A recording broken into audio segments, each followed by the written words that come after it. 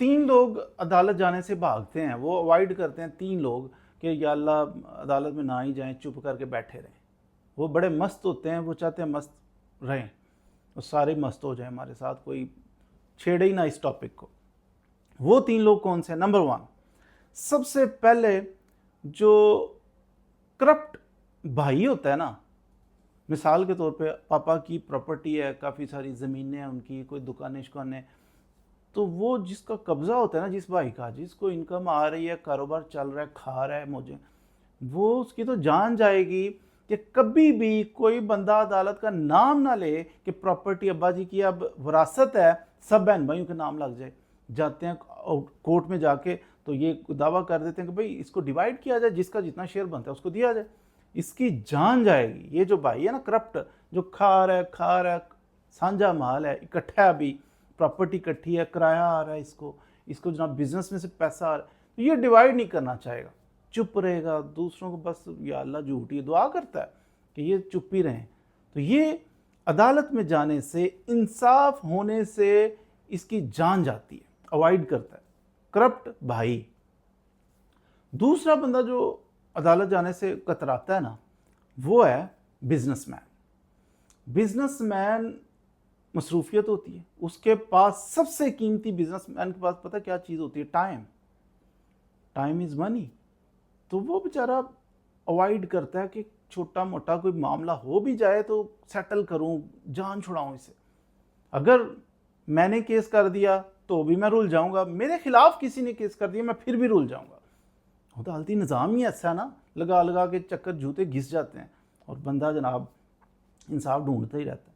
तो बिजनेसमैन का बिजनेस, इसके बहुत सारे नुकसान होते हैं। बिजनेसमैन ये सोचता है, अच्छा बिजनेसमैन, यार अगर मैंने केस कर दिया या मुझ पे किसी ने केस कर दिया तो अदालतों के चक्कर, वकीलों की फीसें, टाइम वेस्ट, ज़हनी टेंशन, मेरी तो तवज्जो डाइवर्ट हो जाएगी, अपने बिजनेस फोकस नहीं कर पाऊंगा, तो इतना सारा मैं तो ये एक वखरा बिजनेस शुरू हो जाएगा केस वाला।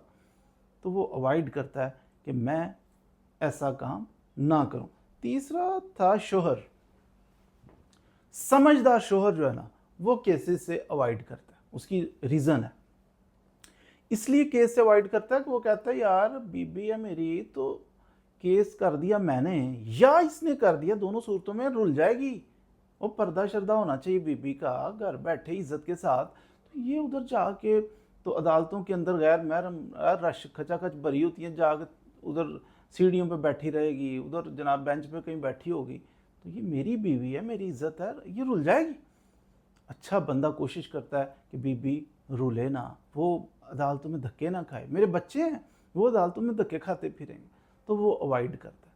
उसके जहन में ये बात आती है कि भाई देखो, ज़्यादा सियाना तो वो ये भी सोचता है कि बीबी अगर अदालत में चली गई तो ये दो चार केस कर देगी मुझ पर, मिसाल के तौर पे कहेगी सामान जहेज इतना दिलाओ, एक बर्डन है मेरे ऊपर, मैं फेस करता रहूँगा, कितना सामान दो, कितना, जज क्या फैसला कर दे, कह देगी मुझे खुला दो। अब उसने कह दिया, जज ने दे देना, तो खुला हो गई, सेपरेशन हो गई, तो कानूनी तौर पे हम तो क्या करेंगे, बच्चे हैं रुल जाएंगे, यतीमों वाली ज़िंदगी हो जाएगी उनकी।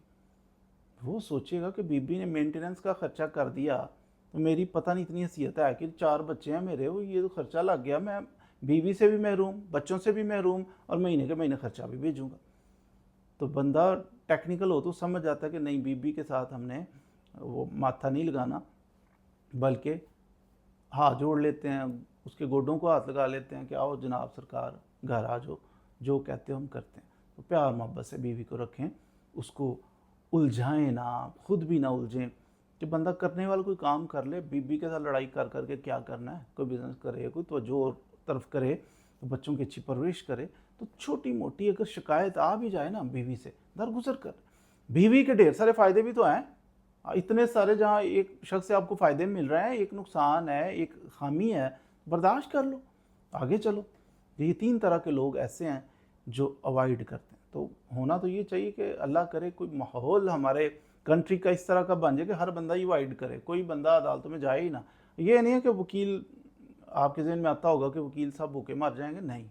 जिस अल्लाह ने पैदा किया ना इंसानों को, वकला को भी पैदा किया, डॉक्टर्स को भी, हर इंसान को जिस अल्लाह ने पैदा किया ना, तो जब इंसान अभी माँ के पेट में होता है, उस तो अल्लाह ताला की ज़ात ने रिस्क लिख दिया है कि ये कितनी लाइफ होगी इसकी, और हर दिन इसको क्या खिलाना है, क्या पिलाना है, कैसे असबाब पैदा करने हैं।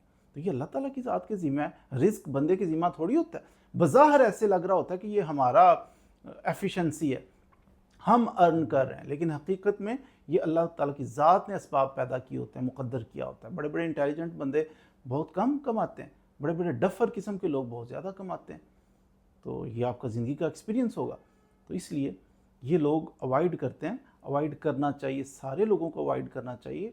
किसी का हक ना खाओ, अपना अल्लाह की ज़ात पे तवक्कल रखो, अपना जो हक ले लो, जो दूसरे का उसको दो, तो डिस्प्यूट अराइज़ ही नहीं होगा, अदालतें खाली हो जाएंगी, पुरसुकून माहौल हो जाएगा। लेकिन ऐसा है पाकिस्तान के अंदर बिलखुसूस काफ़ी मुश्किल है। अल्लाह करे कि ऐसे हालात आ जाएँ कि हम सुधर जाएँ, सारे ही सुधर जाएँ, सारे सुधर जाएंगे तो इंशाअल्लाह केसेस में कमी आ जाएगी।